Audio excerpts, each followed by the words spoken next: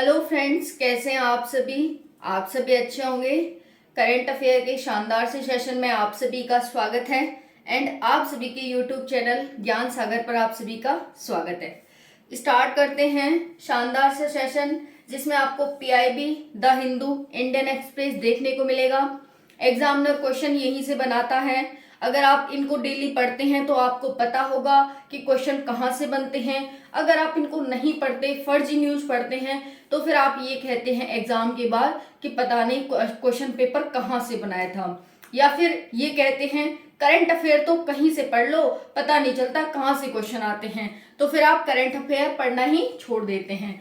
तो फ्रेंड्स, आप जब ज्ञान सागर चैनल पर आए हैं तो आपको करंट अफेयर की टेंशन बिल्कुल भी नहीं लेनी, बल्कि आपको डेली बेसिस पे यहाँ पर करंट अफेयर मन लगाकर अच्छे से पढ़ना है, अच्छे से क्लास करनी है।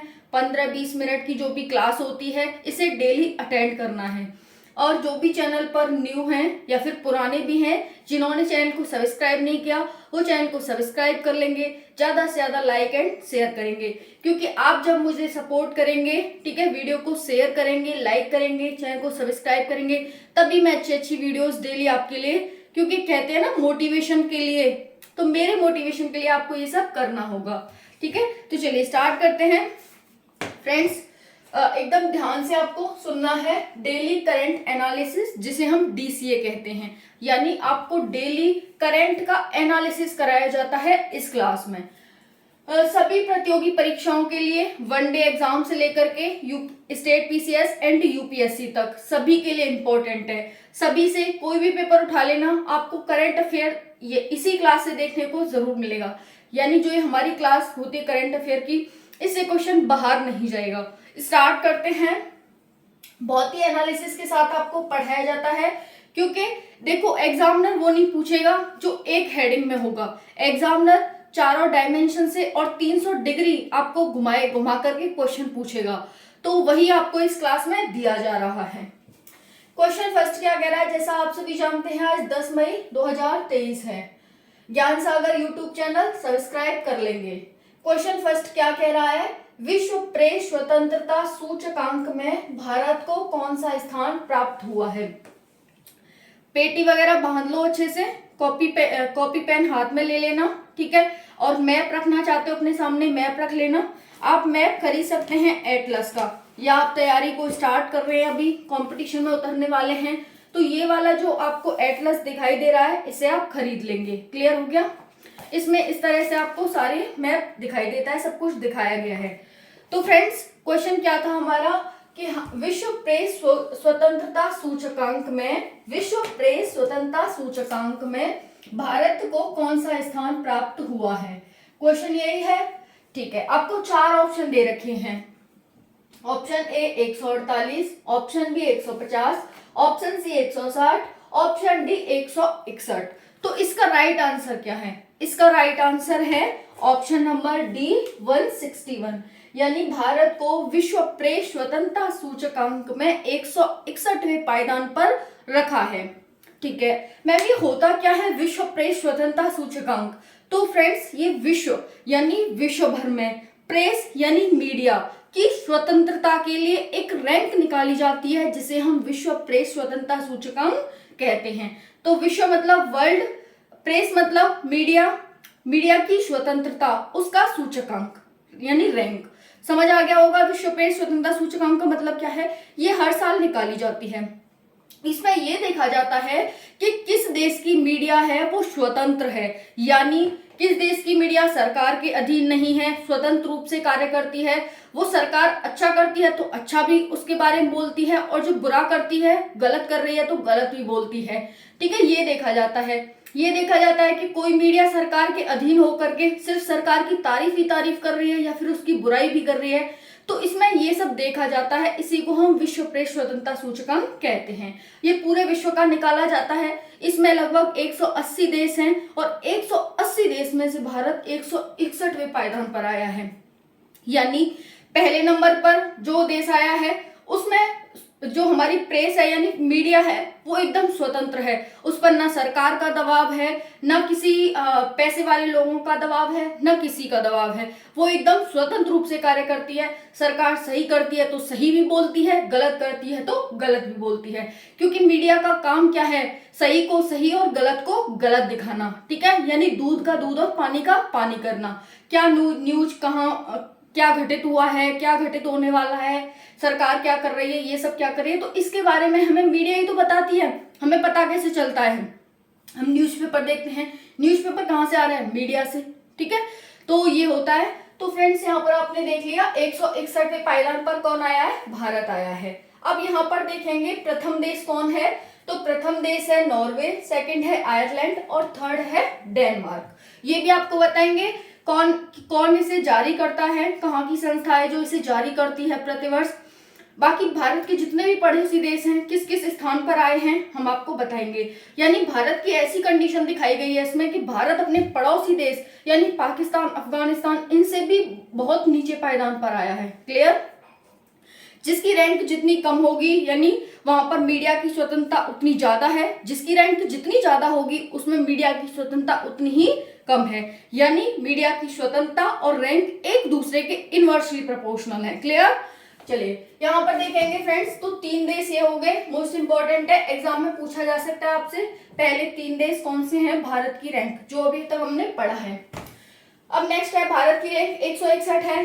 अब ये पूछा जा सकता है भारत की रैंक घटी है, कितने अंक घटी है, कितने अंक बढ़ी है, ये सब। तो भारत की है जो रैंक है वो पिछली वर्ष से 11 अंक नीचे चली गई है, यानी बढ़ गई है। बढ़ने का मतलब भारत में जो मीडिया की स्वतंत्रता है और डिक्रीज हुई है, मीडिया की स्वतंत्रता पे और ज्यादा प्रतिबंध लगे हैं, या फिर मीडिया की स्वतंत्रता सरकार के अगेंस्ट, या फिर सरकार की जो नीतियां हैं उनको सही को सही और गलत को गलत नहीं दिखा पा रही है ये। तो यहाँ पर 11 रैंक की गिरावट आई है भारत की स्थिति में। टोटल कितने देशों की निकाली गई, 180 देशों में से भारत का 161वां स्थान है। आप यहाँ पर देख सकते हैं। हम कहते हैं ना भारत में लोकतंत्र है। फ्रेंड्स, जहां लोकतंत्र होता है वहीं पर बोलने की स्वतंत्रता होती है। भारत में लोकतंत्र है, बट इसने जो ये संस्था है जिसने रिपोर्टर्स विदाउट बॉर्डर संस्था है जिसके द्वारा ये रिपोर्ट निकाली गई है, इसने ये बताया है कि जो भारत की मीडिया है वो सरकार के खिलाफ नहीं बोलती है, यानी सरकार और जो अमीर लोग हैं उनकी ही तारीफ करती है, बाकी वो सही को सही और गलत को गलत नहीं दिखाती। इसी वजह से भारत की जो मीडिया है उसे 161वें स्थान पर रखा गया है।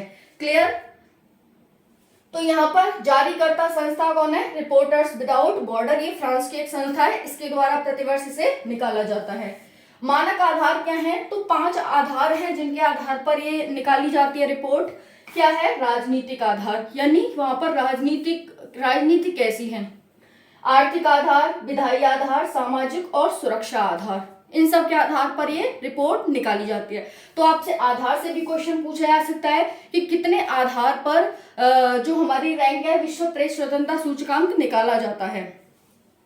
5 आधार हैं। आपको ये भी दे देगा कि निम्नलिखित में से कौन सा आधार नहीं है विश्व प्रेस स्वतंत्रता सूचकांक को निकालने का। क्लियर। तो ध्यान रखेंगे। अब देखो फ्रेंड, जो भारत है ना, भारत से जो नीचे देश है वो 19 है।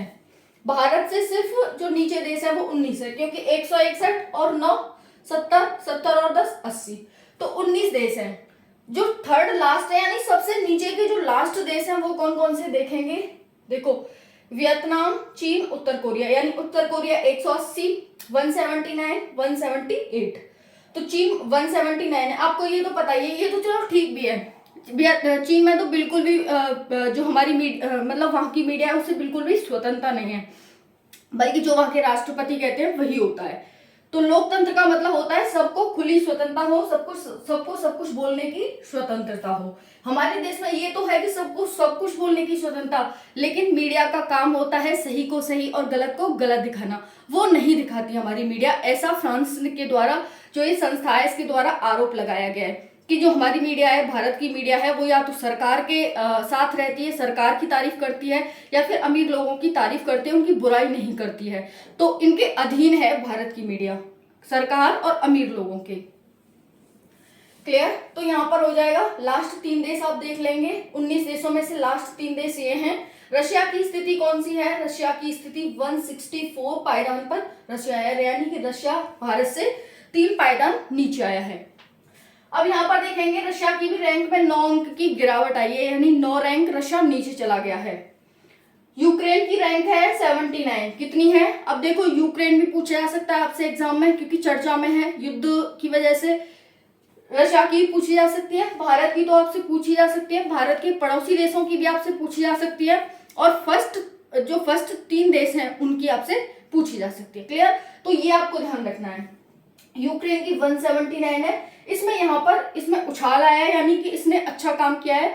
जो पिछले वर्ष की तुलना में यूक्रेन की मीडिया को और ज्यादा स्वतंत्रता मिली है और वो अपना अच्छे से कार्य कर रही है, जो एक मीडिया का काम होता है, सही को सही और गलत को गलत दिखाना।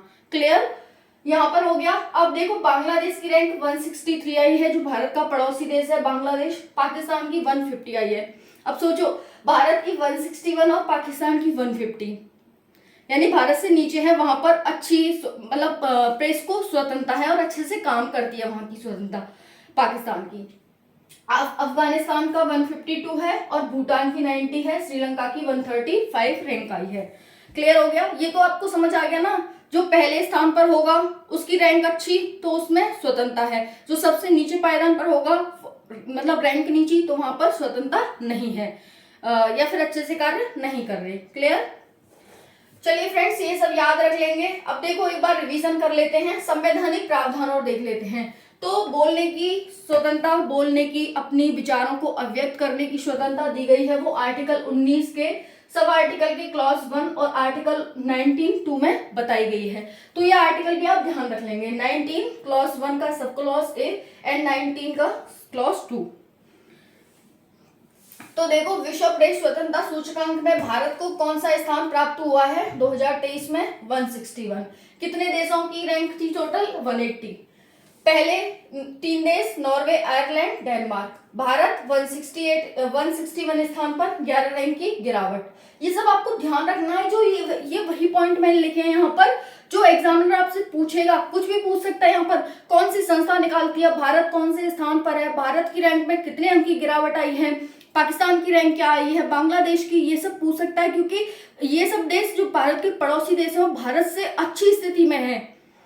ठीक है? पहले देश पूछ सकता है, कौन सी संस्था निकालते हैं ये पूछ सकता है, लास्ट 3 देश कौन कौन से हैं ये पूछ सकता है आपसे, भारत से कितने देशों की रैंक नीचे आई है वो पूछ सकता है।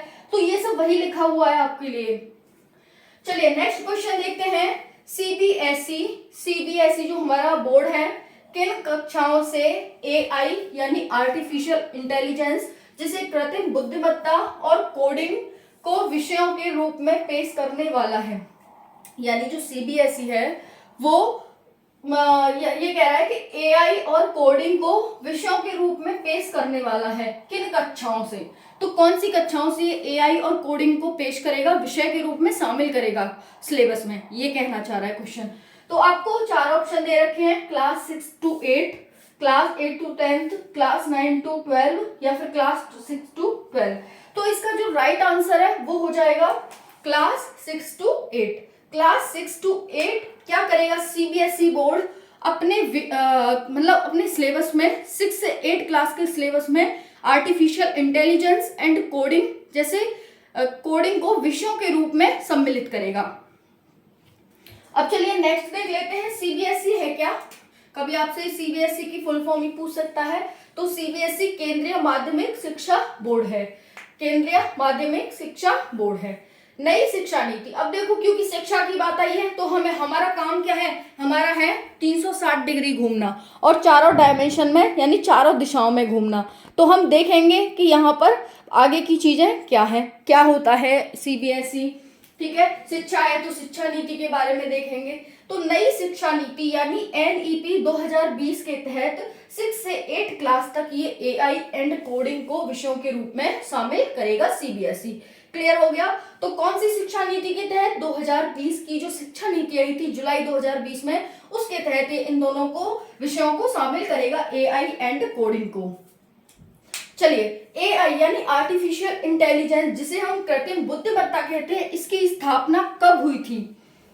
तो इसकी स्थापना 1956 में होती है एआई की। अब देखो, क्योंकि चर्चा में है तो आपसे एआई पूछा जा सकता है, 100% पूछा जा सकता है कि आर्टिफिशियल इंटेलिजेंस की भारत में शुरुआत कब से हुई। तो यहाँ हो गया 1956 में। देखो आर्टिफिशियल इंटेलिजेंस होता क्या है।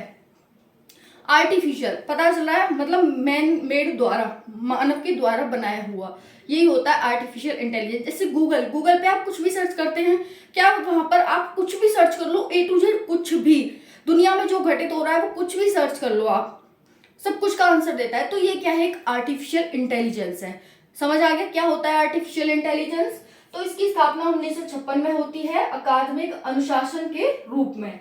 NEP 29 जुलाई 2020 को आई थी, जो हमारी लास्ट आई है अभी तक। लास्ट जो हमारी NEP यानी नेशनल एजुकेशन पॉलिसी थी, वो लास्ट 19 जुलाई 2020 को आई।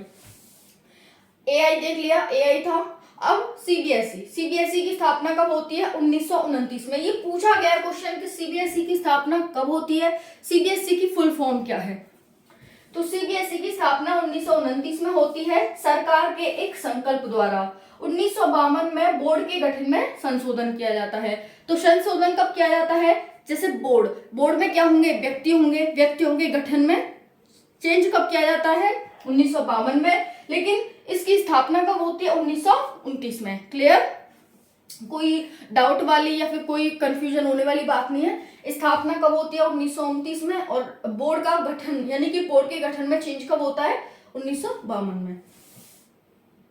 इसके अध्यक्ष कौन है, निधि चिब्बर, जो कि एक IAS है, वो इसकी अध्यक्ष है वर्तमान में।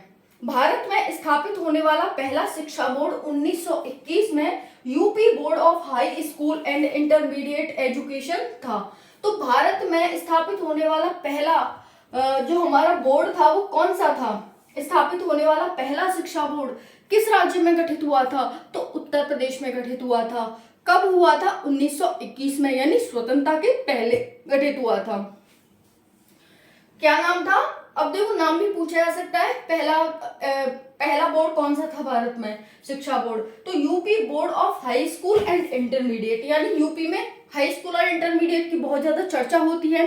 यही होता है, कहीं भी देख लो, हाई स्कूल में कितने मार्क्स थे, इंटर में कितने मार्क्स थे, ये पूछेगा। कोई ये नहीं पूछेगा आपके 8th में कितने मार्क्स थे। कहीं पर भी, चाहे कोई रिलेशन हो, चाहे हम किसी ऑफिस वर्क में जा रहे हो, चाहे फिर हम किसी इंटरव्यू में जा रहे हो, कहीं नहीं पूछेगा कोई भी।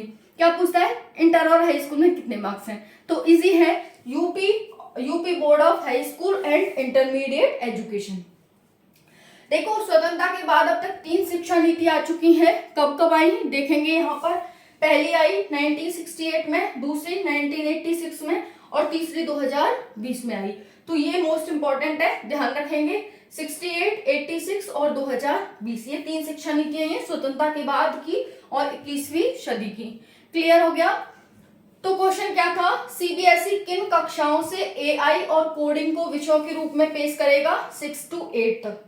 सीबीएसई क्या है, नई शिक्षा नीति के तहत इसे ऐड करेगा। AI की स्थापना, सीबीएसई की स्थापना, सीबीएसई के अध्यक्ष और भारत में पहली शिक्षा नीति। क्लियर हो गया फ्रेंड्स, बहुत इजी है। नहीं हो तो दोबारा इस क्लास को मतलब दोबारा एक बार फिर से देख लेना, जिससे कि आपको एकदम माइंड में दूसरी बार तो एकदम चला जाएगा, एकदम अच्छे से। कहते हैं ना परमानेंट मेमोरी में शिफ्ट हो जाएगा दूसरी बार तो दूसरी बार क्लास को जरूर देख लेना। ये पता है मंथन है, ये कंटेंट से रिच क्लास है आपके लिए। ऐसी क्लास आपको कहीं देखने को नहीं मिलेगी, एक एक वर्ड कि भाई ये आ सकता है, ये आ सकता है, ये नहीं है कि सिर्फ क्वेश्चन बोला और आगे निकल गए। अब यहां से अगर आपसे कोई क्वेश्चन छूट जाए तो ये मेरी गारंटी है। बताओ, यहां से कोई क्वेश्चन छूट सकता है? कुछ छोड़ा है जो मैंने छूटेगा क्वेश्चन? कुछ नहीं छोड़ा। ओके, तो करंट अफेयर का मोस्ट इंपॉर्टेंट रोल होता है किसी एग्जाम को क्वालिफाई करने में। करंट अफेयर छूटता है, इसका मतलब हम एग्जाम में क्वालिफाई नहीं कर पाते। तो करंट अफेयर को भी साथ लेके चलो। और करंट अफेयर का मतलब ये नहीं है कि हम सिर्फ करंट अफेयर पढ़ रहे हैं फ्रेंड्स, आपको इसमें पॉलिटी, इकोनॉमी, ज्योग्राफी, हिस्ट्री सब कुछ तो देखने को मिलता है। तो हमारा जो हमारे जीएस के विषय हैं उनका भी रिवीजन हो रहा है और हम करंट अफेयर भी पढ़ रहे हैं, तो इसमें बुराई क्या है? अब जैसे देखो आर्टिकल पढ़े हमने, क्या है ये, हमारा संविधान में भी बताया है, पॉलिटी में भी बताया है। क्लियर हो गया यहाँ पर। और देखो यहाँ पर ये हमने हिस्ट्री पढ़ ली भाई, ठीक है। बाकी आप मैप रखोगे तो मैप रखने लग जाओ, फिर हम आपको मैप भी दिखा दिया करेंगे। क्लियर। चलिए अब नेक्स्ट देखते हैं। वैसे ही इसमें तो ये होता है कि हम इसमें चारों सब्जेक्ट, वो तो कभी कभी साइंस के क्वेश्चन आ जाते हैं। अब अगली बार से पता है मैं क्या करूंगी, जैसे कोई पॉलिटी का क्वेश्चन हुआ तो मैं लिख दिया करूंगी कि पॉलिटी है ना, कोई हिस्ट्री का हुआ तो हिस्ट्री, कोई साइंस का हुआ तो साइंस, ये सब। अब देखो मैं तो बहुत कुछ लाना चाहती हूँ आपके लिए, प्रीवियस ईयर क्वेश्चन दिखाना चाहती हूँ कि देखो ये रहा क्वेश्चन, यहाँ से क्वेश्चन आया है, ठीक है। देखो ये इस तरह से क्वेश्चन आते हैं, आपको लास्ट दिन का रिवीजन भी कराना चाहती हूँ, लेकिन चलो कोई नहीं, ज्यादा से ज्यादा आप सपोर्ट करो, चैनल को ग्रो कराओ, ताकि हम जल्दी से जल्दी एक डिजिटल बोर्ड खरीदें और फिर उस पर आपको अच्छे से पढ़ाएं। क्योंकि अगर आप मेरे साथ जुड़े हो तो मैं आपको इतना बेहतरीन कंटेंट देना चाहती हूँ कि आपको करंट अफेयर के लिए, अभी तो मैं करंट अफेयर ही पढ़ा रही हूँ, भविष्य में देखो क्या कुछ न्यू आप अगर डिमांड करेंगे तो कुछ न्यू भी लाएंगे और भी लाएंगे, लेकिन ज्यादा से ज्यादा आप सपोर्ट करो। क्लियर? चलिए नेक्स्ट क्वेश्चन है, हाल ही में किस देश की जेल में बंद 3 महिला पत्रकारों ने संयुक्त राष्ट्र का शीर्ष पुरस्कार जीता है? क्या कह रहा है क्वेश्चन? हाल ही में किस देश की जेल में, एक देश है जिसकी जेल है उसमें बंद है 3 महिला पत्रकार है, वो उन्होंने संयुक्त राष्ट्र का शीर्ष पुरस्कार जीता है। संयुक्त राष्ट्र जिसे हम यूएन कहते हैं, स्थापना 1945, तो उसका एक पुरस्कार जीता है। चार ऑप्शन है, ईरान, इराक, अफगानिस्तान और पाकिस्तान। तो यहाँ पर जो आंसर हो जाएगा वो ईरान, यानी ईरान की जो 3 पत्रकार हैं उसी देश की जेल में बंद हैं, इन्हीं के द्वारा संयुक्त राष्ट्र का शीर्ष पुरस्कार जीता गया है। 3 ईरानी महिला पत्रकारों को प्रेस स्वतंत्रता के लिए यह पुरस्कार मिला है। कौन कौन सी 3 महिलाएं? नीलोफर हमीदी, इलाहे मोहम्मदी, नरगिस मोहम्मदी। नीलोफर हमीदी, इलाहे मोहम्मदी, नरगिस मोहम्मदी, ये 3 महिला हैं जो कि ईरान की हैं, ईरान की जेल में बंद थी। ये ईरान की पत्रकार हैं, इनको हाल ही में प्रेस की स्वतंत्रता के लिए पुरस्कार मिला है। किसका? यूएन का शीर्ष पुरस्कार है जो, वो मिला है। तो यूनेस्को विश्व प्रेस स्वतंत्रता सूचकांक की शुरुआत 1997 में होती है। उस व्यक्ति, उस संस्था, उस संगठन को सम्मानित करने के लिए की गई जिसने दुनिया में कहीं भी प्रेस की स्वतंत्रता की रक्षा की हो या फिर प्रचार में उत्कृष्ट योगदान दिया हो। कब होती है इस संस्था की स्थापना? 1997 में। कौन सी? विश्व प्रेस स्वतंत्रता सूचकांक। क्लियर? तो यहां से क्वेश्चन पूछा जा सकता है आपको, यूनेस्को विश्व प्रेस स्वतंत्रता सूचकांक। चलिए अब नेक्स्ट देखते हैं, पुरस्कार की राशि कितनी होती है? तो इसमें 25,000 US डॉलर की राशि मिलती है एक, ठीक है, एक व्यक्ति को। विश्व प्रेस स्वतंत्रता सूचकांक प्रतिवर्ष 3 मई को जारी किया जाता है। तो विश्व प्रेस स्वतंत्रता दिवस कब मनाया जाता है? हर वर्ष 3 मई को मनाया जाता है, और इसी दिन देशों की रैंकिंग निकाली जाती है, कौन सा देश ऊपर है, कौन सा देश नीचे है, कौन की स्थिति गिरी है, किसकी स्थिति बढ़ी है, ये सब ध्यान रख लेंगे। 3 मई मोस्ट इंपॉर्टेंट है, मोस्ट इंपॉर्टेंट। देखो ईरान क्या है? ईरान फारस के नाम से भी जाना जाता है ईरान को। तो हिस्ट्री से रिलेट हो गया कि नहीं? फारस। अब आप कभी भी हिस्ट्री पढ़ेंगे 6 से 12th क्लास या फिर आगे कंपटीशन की तैयारी करेंगे, फारस शब्द आएगा तो समझ जाएंगे कि फारस क्या है, नहीं तो आप ढूंढते ही रहेंगे फारस क्या है, फारस क्या है। फारस ईरान को ही कहा जाता है।